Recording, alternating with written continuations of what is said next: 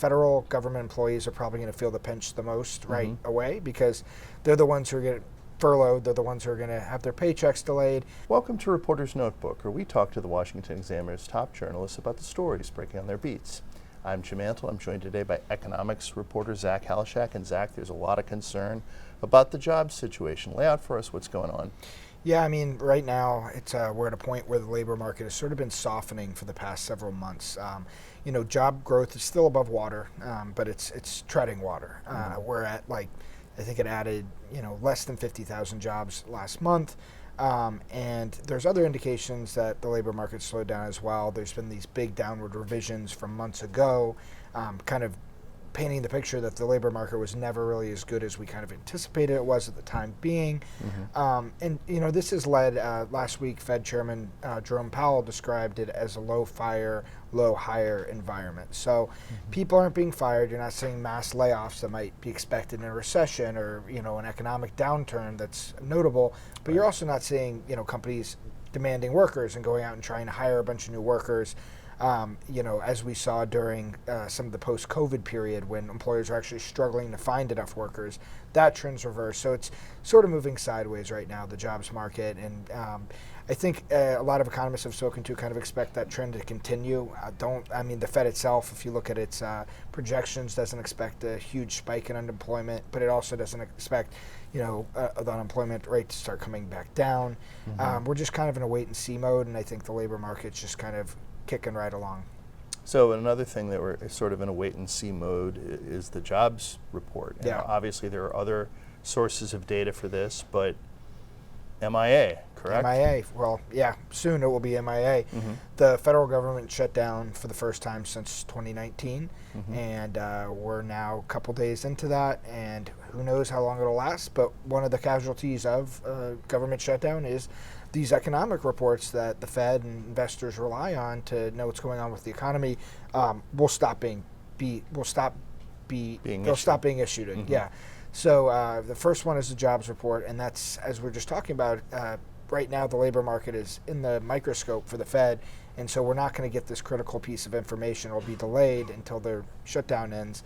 So that's going to make it more challenging for the Fed to make decisions. And if this goes on for several weeks, then it could get into the territory of the Fed is sort of flying blind in a sense when it comes to knowing what to do next with interest rates. And now the Fed does have its own in-house gauges and metrics, but the federal labor market report is the one that's most closely watched and considered to be the most accurate.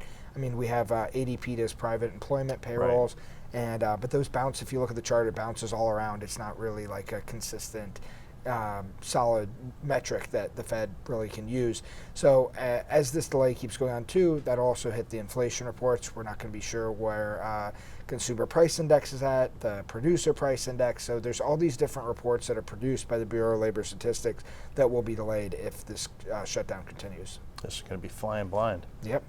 So obviously, this also depends on how long the shutdown lasts, but the shutdown is capable of having a certain economic impact, is it not? Sure, yeah. I mean, there's certainly an economic fallout to this, and again, contingent upon how long this lasts.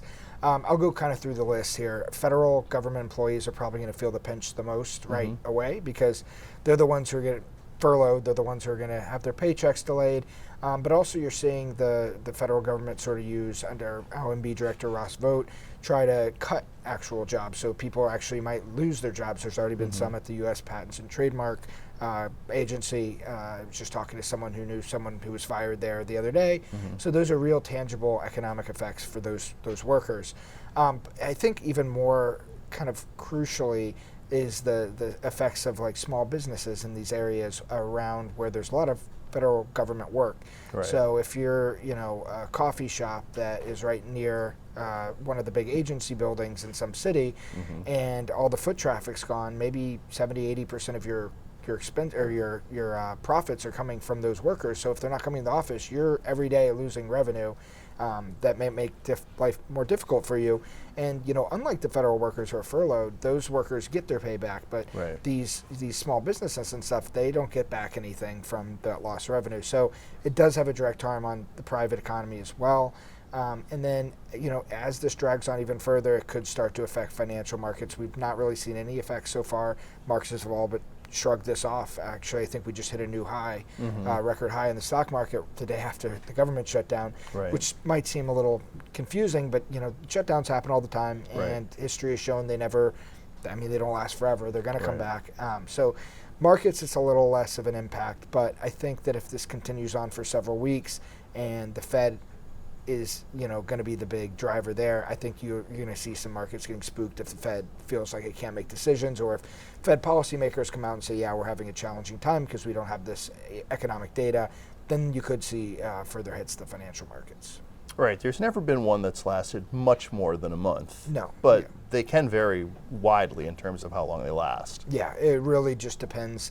And right now, from our point of view, just a couple days in, it does seem like the pretty dug in right now, both sides, on not kind of folding to the demands of the Democrats on the Republicans' part, or Democrats sort of just signing that CR and allowing the government to be funded again. So we'll see how long it lasts, but I think that long is bad in most instances when it comes to economic fallout.